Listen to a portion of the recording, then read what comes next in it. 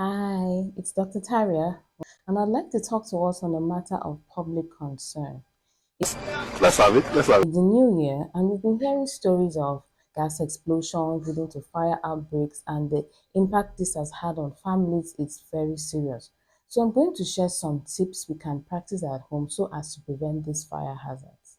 Now, there are many sources of fire outbreak within the home, such as our cooking gas, even the electrical appliances we use. So we have to be very careful when using these items.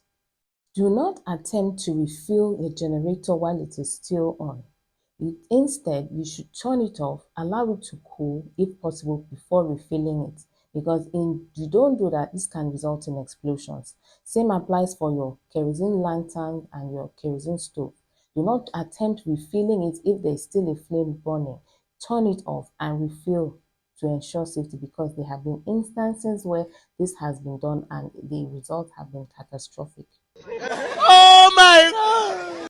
We encourage people not to leave their food unattended while they are cooking on the gas stove. If you need to step away from the gas stove, you turn it off and then you go and do whatever you need to do. Discourage children from playing with things like matches, lighters, and anything that can ignite a fire. And children should not be left unsupervised, because they could wander into the kitchen and they want to imitate what they see the adults do. They turn on the gas and light the matches, and it can be very horrible. If you use candles at home, always remember to blow out these candles before leaving the room or before going to bed. And it's also important not to keep flammable items near these open flames, things like curtains, clothing materials, or even papers. Now, if your gas stove is showing signs of being faulty, you need to get this checked out or even to be replaced, because it's possible that there could be a gas leak somewhere, and you can imagine in the presence of a flame is going to be catastrophic. Also, avoid overloading your electrical outlets. This can cause the wirings to overheat and then increase the risk of fire outbreaks. Also, remember to unplug your electrical appliances after use. These include your hot plates, your electric kettles, your irons. Unplug all these items so that there is no risk of fire. It's also important to avoid putting out cigarette stubs on wooden furniture, such as your tables or your chairs, or even in plastic containers. They should be put out properly. So what do we do if we find ourselves in a fire emergency? If there's a fire outbreak where you are, what do you do? The most important thing is to get everyone to safety, get everybody out of that environment to a safe place.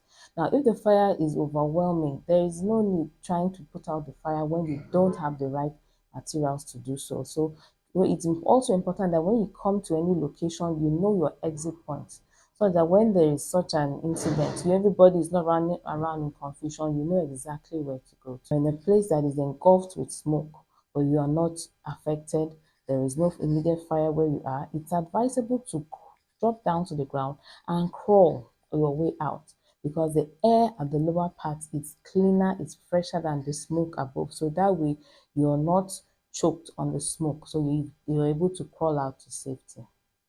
Now, what do you do if somebody has been in a fire accident and you want to offer some first aid before transporting the person to a health facility? You first of all ensure that the environment is safe for you to go in and help the person. If it's the source of the fire is from an electric point, you find a way of turning off the electric power source so that you are not also affected or become a victim while you're trying to save the person. After someone has suffered a fire accident, the fire or the burns causes parts of the body to swell under a short period of time. So it's important to remove tight-fitting things such as rings or belts, or even some of the clothing that may have been burnt. However, if the clothing is stuck to the body, don't try to force it off. But if the burn affects a larger surface area, do not expose these victims. Try to cover them, keep them as warm as possible before they are transported to a health facility. If someone has suffered a burn injury, now is not the time for you to start applying ointments or lotions or even raw egg and other things that people do. This can further contaminate these wounds and increase the chances of this person getting infection. So keep the wounds as clean as possible and try and transport this patient to the health facility. Fire accidents are mostly preventable. So having the knowledge of the causes and the ways to prevent it. And applying this too can help prevent the risk of fire accidents, protecting us and our family members, our loved ones, and those around us.